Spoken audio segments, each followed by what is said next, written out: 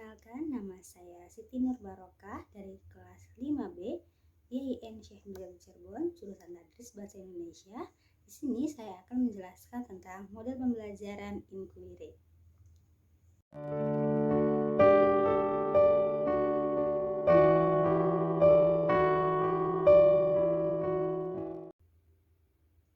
Model pembelajaran inquiry learning adalah kegiatan pembelajaran yang memfasilitasi peserta didik untuk mengajukan pertanyaan, melakukan penyelidikan atau pencarian, eksperimen, hingga penelitian secara mandiri untuk mendapatkan pengetahuan yang mereka butuhkan. Dalam model ini, peserta didik diarahkan agar dapat mencari tahu sendiri materi yang disajikan dalam pembelajaran dengan cara mengajukan pertanyaan atau melakukan investigasi mandiri.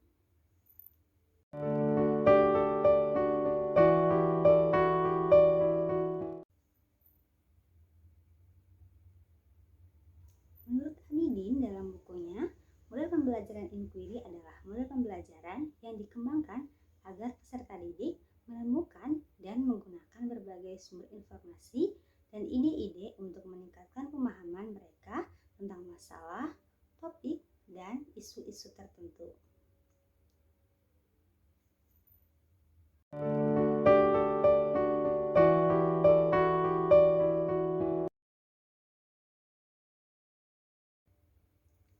Sintak atau langkah-langkah pembelajaran inquiry learning diantaranya ada 7. Yang pertama yaitu mengidentifikasi kebutuhan siswa. Yang kedua, seleksi pendahuluan terhadap konsep yang akan dipelajari. Yang ketiga, menentukan peran yang harus dilakukan masing-masing siswa. Yang keempat, melakukan penjagaan terhadap kemampuan awal siswa terkait materi yang akan diberikan. Yang kelima, mempersiapkan kelas. Yang keenam, memberikan kesempatan kepada siswa untuk melakukan analisis data yang ditemukan dalam rangka menemukan hal baru dalam pembelajaran. Lalu yang terakhir atau yang ketujuh yaitu melakukan tindakan penguatan.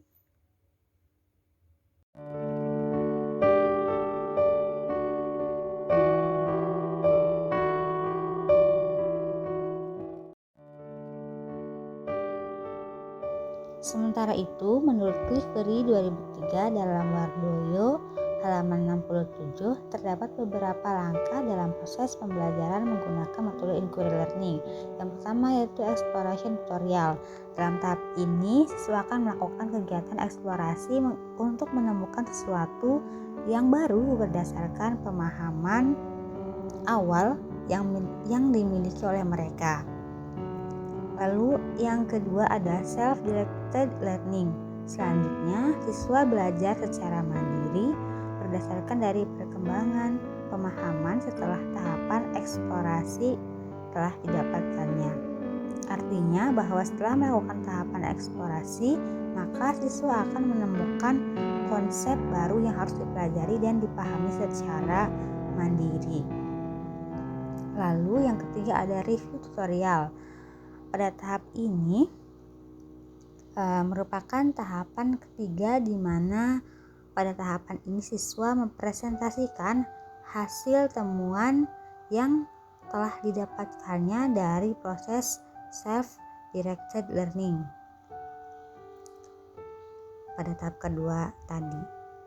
Lalu selanjutnya tahap keempat yaitu consolidation tutorial. Pada tahap ini, siswa bersama-sama dengan anggota kelompoknya melakukan konsolidasi terhadap hal-hal apa saja yang mereka temukan. Konsolidasi dilakukan dengan diskusi kelompok maupun dilakukan dengan menggunakan presentasi kelompok di depan kelas. Lalu yang terakhir ada plenary tutorial, yaitu siswa merefleksikan pembelajaran individu dan kelompok dengan fasilitator atau guru. Dalam tahapan ini, penguatan diberikan oleh fasilitator, pendamping yang memberikan pembimbingan pada saat proses pembelajaran berlangsung.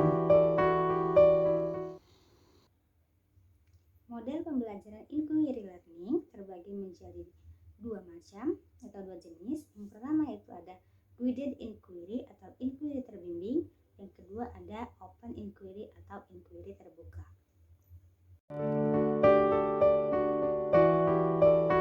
Pertama yaitu guided inquiry. Pada jenis ini, peran guru dalam melaksanakan proses pembelajaran dalam penyelidikan sangat besar. Guru berperan menentukan topik penelitian yang akan dilakukan, mengembangkan pertanyaan yang terkait dengan topik yang akan diselidiki, menentukan prosedur atau langkah yang harus dilakukan oleh peserta didik, hingga membimbing peserta didik dalam menganalisis data, menyediakan worksheet yang telah berbentuk kolom-kolom sehingga peserta didik cukup melengkapi dan membantu membuat kesimpulan. Lalu yang kedua ada open inquiry. Pada tipe ini, guru hanya berperan sebagai fasilitator dalam proses pembelajaran sejauh yang diminta oleh peserta didik.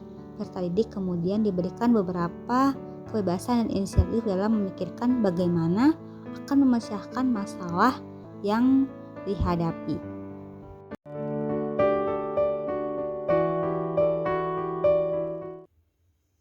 Ciri-ciri model pembelajaran inquiry diantaranya itu yang pertama, strategi inquiry menekankan pada aktivitas siswa secara maksimal untuk mencari dan menemukan.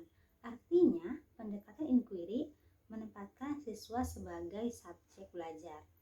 Lalu yang kedua, tujuan dari penggunaan strategi pembelajaran inquiry adalah mengembangkan kemampuan intelektual sebagai bagian dari proses mental. Lalu yang ketiga, seluruh aktivitas yang dilakukan siswa diarahkan untuk mencari dan menemukan sendiri sesuatu yang dipertanyakan, sehingga diharapkan dapat menumbuhkan sikap percaya diri. Lalu pada pembelajaran inquiry ini, guru ditempatkan sebagai fasilitator dan motivator, bukan sebagai sumber belajar.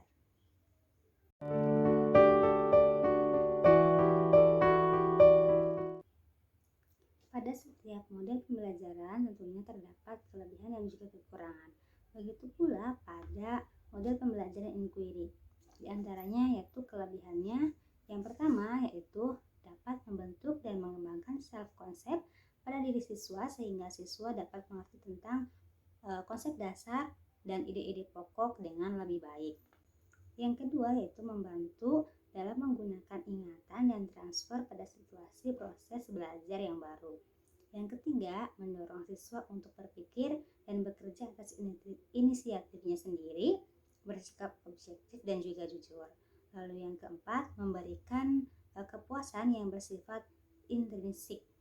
Lalu yang kelima, situasi proses belajar menjadi lebih merangsang. Yang keenam, yaitu dapat mengembangkan bakat dan juga melatih kecakapan siswa. Lalu yang ketujuh, memberikan kebebasan kepada siswa untuk belajar sendiri atau belajar mandiri. Lalu yang kedelapan, memberi waktu pada siswa sehingga mereka dapat mengasimilasi dan mengakomodasi informasi. Lalu selanjutnya yaitu membangkitkan suasana kelas menjadi lebih aktif dan interaktif. Lalu yang terakhir yaitu melatih siswa untuk berpikir kritis.